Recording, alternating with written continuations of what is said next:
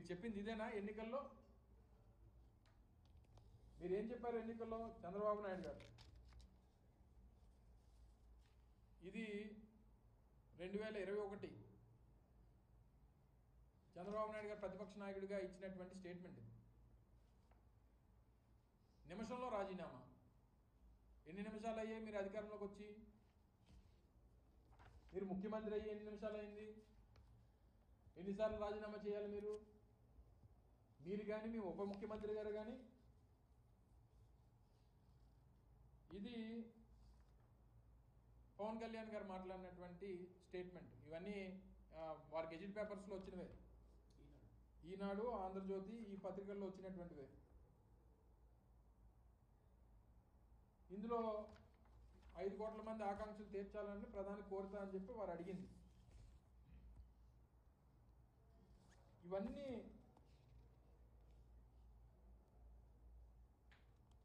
ఇది పవన్ కళ్యాణ్ గారు వారం రోజులు గడువిస్తున్నాం, ఆలోగా స్పందించకపోతే ఉద్యమం తప్పదు, అలాగే అసెంబ్లీలో తీర్మానం చేతులు దులుపుకుంటే కుదరదని చెప్పి ఆ రోజు మా మీద చేసినటువంటి విమర్శ. ఆ రోజు కార్మికులు కోరారు, కార్మిక సంఘాలు కోరినాయి అసెంబ్లీలో తీర్మానం చేయండి అంటే, ఆ రోజు స్పెషల్గా ఆ రోజు అసెంబ్లీ దానికోసం ఏర్పాటు చేసి అసెంబ్లీలో తీర్మానం ప్రవేశపెట్టి తీర్మానాన్ని రాష్ట్ర ప్రజల తాలూకు ఆకాంక్షని ఆ రోజు అసెంబ్లీలో తీర్మానం చేస్తే తీర్మానంలో కనీసం తెలుగుదేశం పార్టీ పార్టిసిపేట్ చేయలేదు. ఇవన్నీ కూడా అంటే ఎన్నికల ముందు మీ అవసరాల కోసం, మీ అధికారం కోసం, మీకు అధికారం రావడం కోసం ఇంతమంది ప్రజల్ని వంచి ఈరోజు ఇన్ని వేల కుటుంబాలు, వాళ్ళు చాలా గొప్పగా చెప్పుకునే వాళ్ళం. గాజువాక మండలం రాష్ట్రంలో హైయెస్ట్ పర్ క్యాపిటా ఇన్కమ్ ఉండేటటువంటి మండలం అని,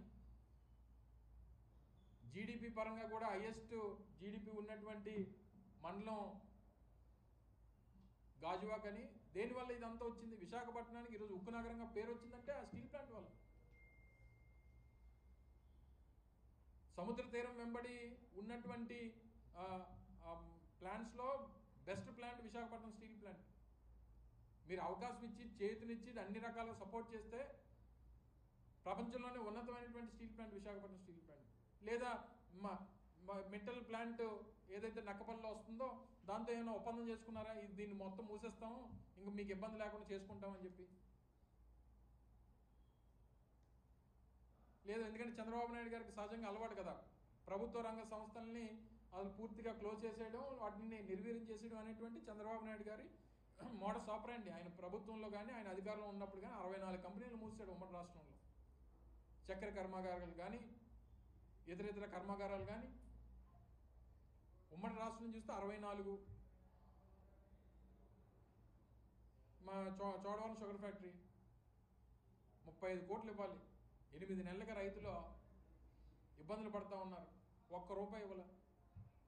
అంటే ఎక్కడా కూడా ప్రభుత్వ రంగ సంస్థల్ని ఏదో రకంగా నిర్వీర్యం చేసేయాలి, అందులో పనిచేస్తున్నటువంటి ఎంప్లాయీస్ని అందరూ రోడ్లను గీట్ చేసేయాలి, ఇది ఎవరికో నాకు కావాల్సినటువంటి తాబేదారులకి ఎవరికో అప్పచెప్పేయాలనేటువంటి ప్రయత్నమే మీలో కనబడుతుంది తప్ప ప్రభుత్వ రంగ సంస్థల్ని మనం మిక్స్డ్ ఎకానమీ భారతదేశం, ప్రైవేట్ రంగ సంస్థలు నడుస్తుంటాయి, ప్రభుత్వ రంగ సంస్థలు నడుస్తూ ఉంటాయి.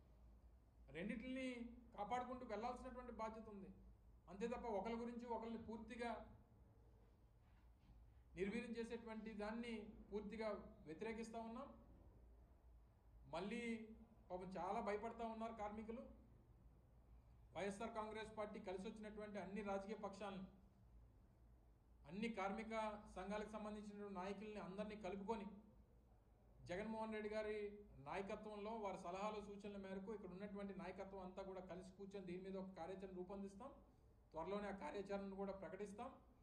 ఏదైనప్పటికీ ఇందాకనే మేము చేసినటువంటి డిమాండ్స్ ఏవైతే ఉన్నాయో, ఈ 32 డిపార్ట్మెంట్లకు సంబంధించినటువంటి ఎక్స్ప్రెషన్ ఆఫ్ ఇంట్రెస్ట్ ప్రైవేటీకరణ పరంగా చేసినటువంటి ప్రయత్నాన్ని వెంటనే రద్దు చేయాలని, మిగిలినటువంటి డిమాండ్స్ ఏవైతే వాళ్ళ హెచ్ఆర్ఐలు కానీ, వాళ్ళ ఎంప్లాయీ శాలరీస్ కానీ, లేదా కాంట్రాక్ట్ కార్మికుల తొలగింపుకు సంబంధించినటువంటి కానీ, ఇవన్నిటినీ కూడా వారికి తిరిగి ఉద్యోగ అవకాశాలు కల్పించాలి, వారికి ఉన్నటువంటి పెండింగ్ బకాయిలన్నీ కూడా చెల్లించాలనేటువంటి వైఎస్ఆర్ కాంగ్రెస్ పార్టీ డిమాండ్ని మీ ద్వారా మరొకసారి ప్రభుత్వానికి తెలియజేస్తా ఉన్నాం.